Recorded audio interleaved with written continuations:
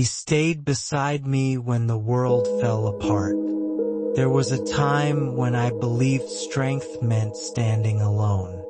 I told myself I didn't need anyone. Not people, not comfort, not help, and especially not hope. Life has a way of breaking things quietly, not all at once, but piece by piece. A job that disappeared, a relationship that slowly faded, nights that grew longer, and in that quiet collapse, something unexpected happened. I met him on a rainy afternoon. He wasn't barking. He wasn't crying. He wasn't asking for anything. He was just there, sitting near the edge of the road. Wet fur, tired eyes, and when our eyes met, he didn't look away. He looked at me as if he already knew the weight I was carrying, knew the silence I lived in, knew that sometimes the ones who stay the quietest are the ones who have lost the most.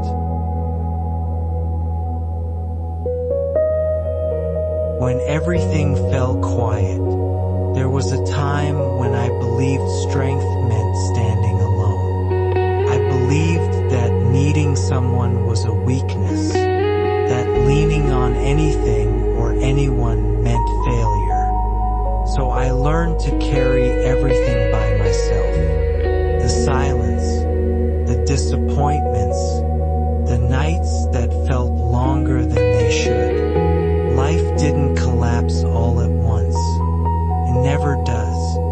It breaks you slowly, quietly, in ways you don't notice until one day you realize you're exhausted just from existing.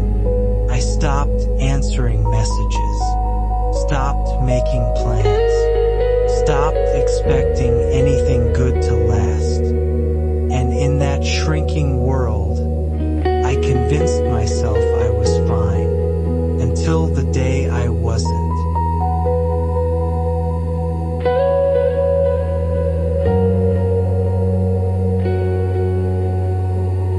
The day I met him, it was raining, the kind of rain that feels heavier than water.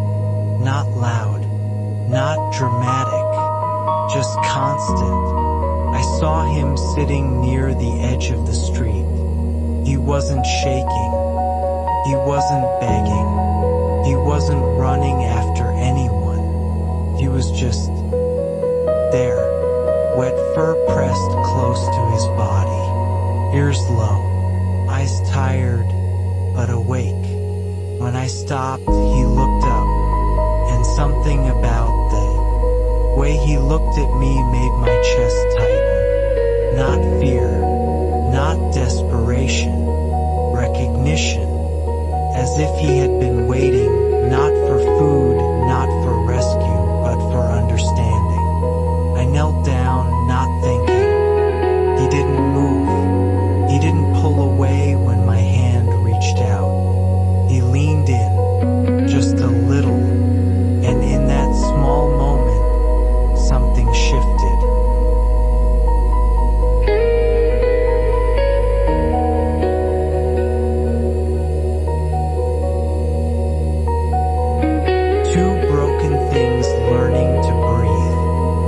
Save him that day. Not really.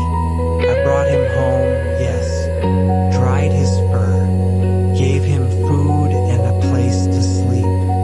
But what I didn't expect was how much he would give back. He followed me quietly, room to room, never in the way, never demanding. He didn't need words. He understood silence better than anyone I had ever known. When I sat on the floor, because the weight in my chest felt too heavy, he sat beside me. When I couldn't sleep, he stayed awake. When I stared at nothing for hours, he stayed. always staying, not fixing me, not asking me to be different, just staying. And somehow, that was enough to begin breathing again.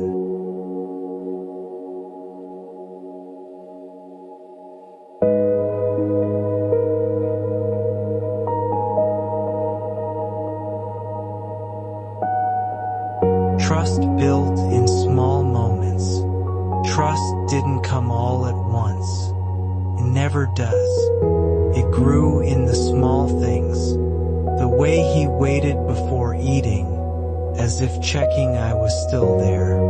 The way he slept close, enough that our breathing matched. The way he looked at me every time I stood up. Not anxious, just attentive. He had scars, not all of them visible. Some were in the way he flinched at sudden noises. Some were in how carefully he approached new places. Some were in the way he never fully relaxed.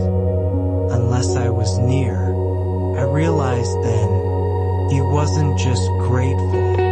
He was choosing me, every single day.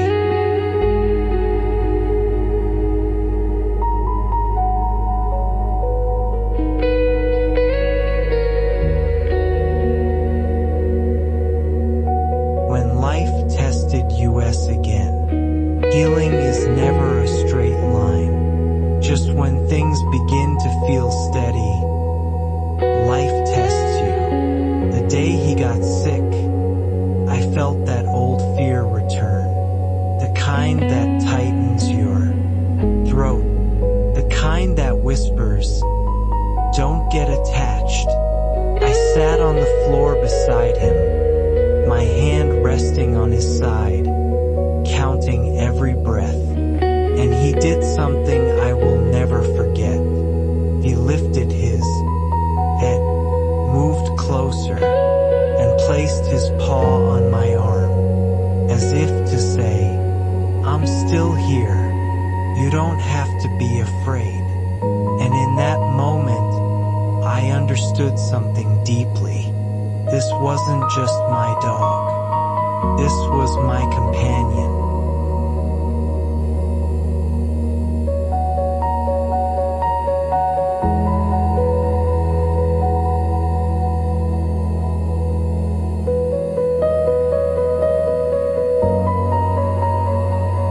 The lesson only loyalty can teach. People often talk about loyalty as obedience, but that's not what this was. This was presence. Loyalty isn't staying because you're told to.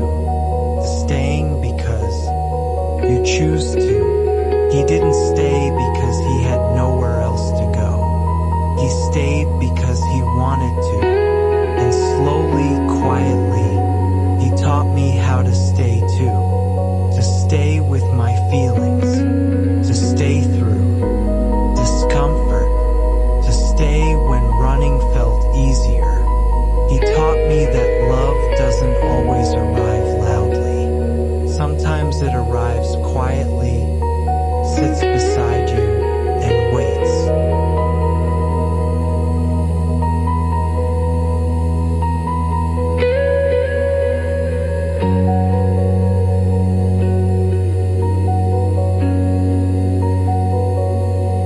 Peace, not perfection.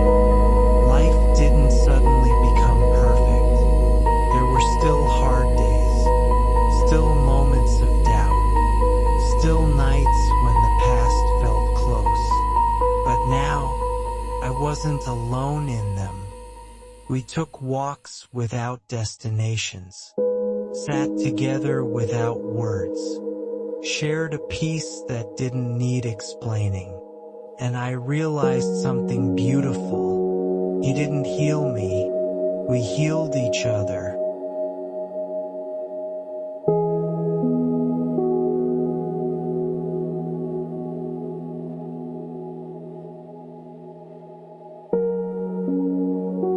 The ending that isn't an end. Some stories don't end. They simply continue, quietly, gently. He still waits by the door when I leave, still looks up when I come home, still chooses me every day. And when the world feels heavy again, I sit beside him, and I remember, sometimes the greatest healing doesn't come from being saved, it comes from being stayed with.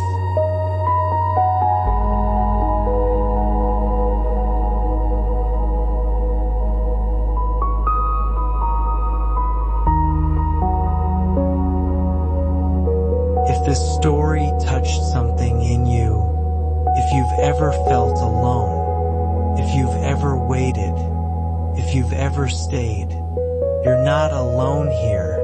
This is Healing Pause Stories, where love is quiet, loyalty is gentle, and healing happens